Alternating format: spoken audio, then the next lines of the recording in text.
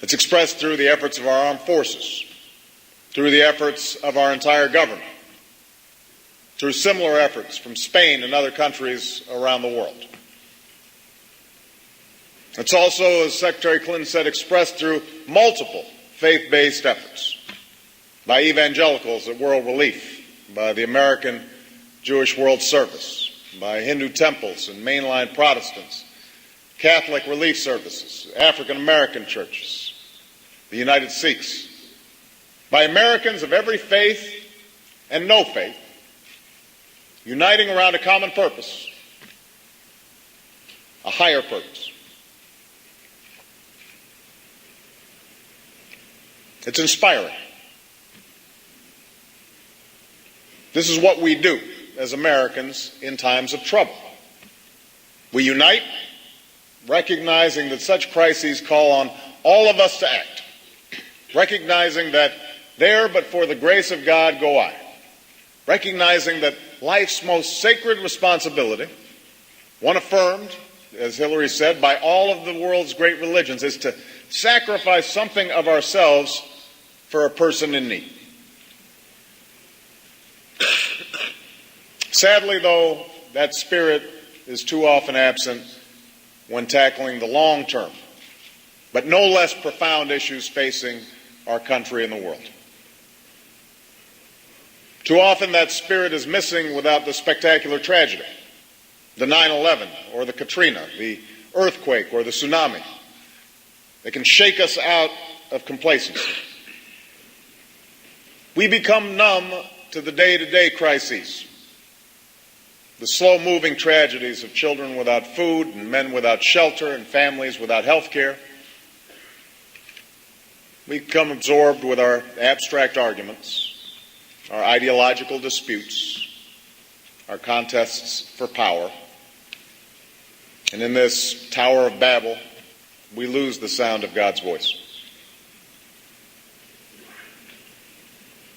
Now, for those of us here in Washington, let's acknowledge that democracy has always been messy. Let's not be overly nostalgic.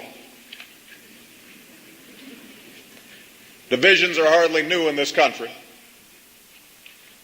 Arguments about the proper role of government, the relationship between liberty and equality, our obligations to our fellow citizens, these things have been with us since our founding.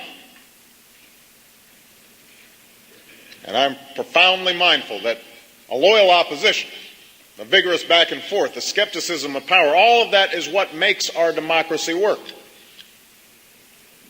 And we've seen actually some improvement in some circumstances. We haven't seen any canings on the floor of the Senate anytime recently. So we shouldn't over-romanticize the past. But there is a sense that something is different now, that something's broken, that those of us in Washington are not serving the people as well as we should. At times it seems like we're unable to listen to one another, to have at once a serious and civil debate. And this erosion of civility in the public square sows division and distrust among our citizens. It poisons the well of public opinion. It leaves each side little room to negotiate with the other. It makes politics an all-or-nothing sport where one side is either always right or always wrong, when in reality neither side has a monopoly on truth. And then we lose sight of the children without food, and the men without shelter, and the families without health care.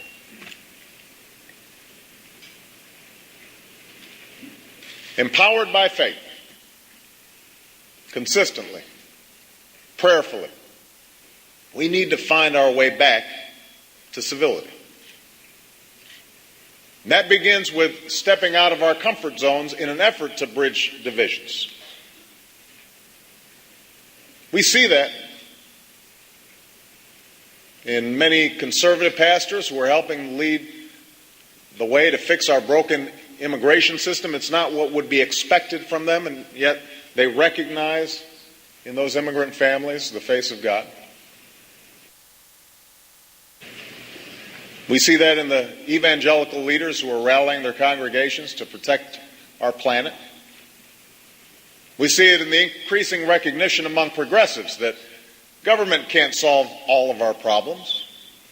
And they're talking about values like responsible fatherhood and healthy marriage are integral to any anti-poverty agenda.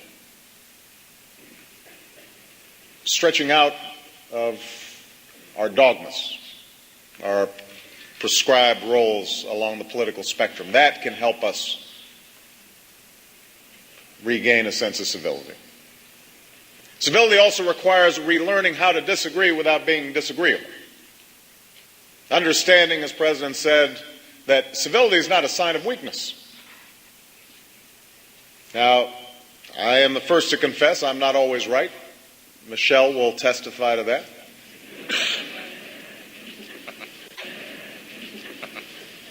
But surely you can question my policies without questioning my faith.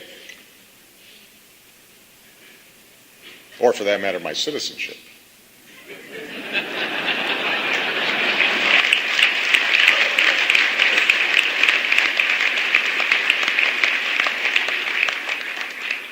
Challenging each other's ideas can renew our democracy, but when we challenge each other's motives, it becomes harder to see what we hold in common. We forget that we share, at some deep level, the same dreams, even when we don't share the same plans on how to fulfill them.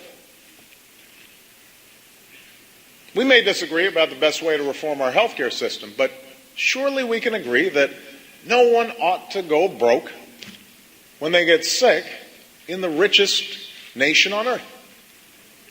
We can take different approaches to ending inequality, but surely we can agree on the need to lift our children out of ignorance, to lift our neighbors from poverty.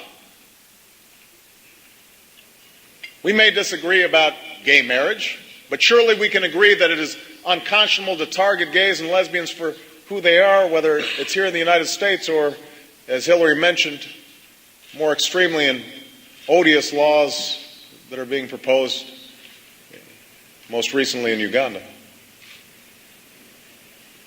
Surely we can agree to find common ground when possible, parting ways when necessary, but in doing so, let us be guided by our faith and by prayer. For while prayer can buck us up when we are down, keep us calm in a storm, while prayer can stiffen our spines to surmount an obstacle,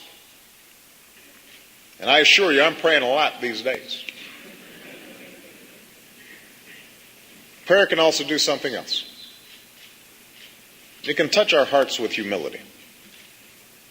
It can fill us with a spirit of brotherhood. It can remind us that each of us are children of an awesome and loving God.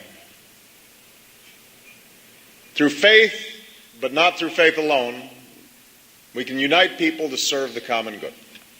And that's why my Office of Faith-Based and Neighborhood Partnerships has been working so hard since I announced it here last year.